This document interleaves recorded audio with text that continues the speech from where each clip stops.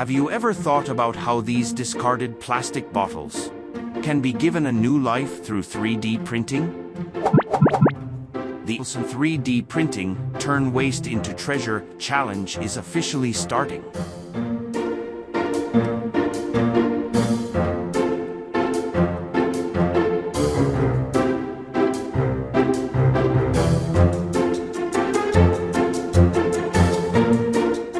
How to participate?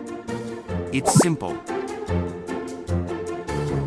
Share your eco-friendly 3D printing story via pictures or videos on Facebook, YouTube, TikTok, or Instagram. Examples include using recycled plastic bottles as material or fixing furniture with 3D printed parts. Tag Fusan in 3D and use the hashtag #FusanWastoTreasure. For example, the handle on my drawer broke, so I 3D printed a new one, and now the drawer works perfectly again at Fusan 3D #FusanWastoTreasure.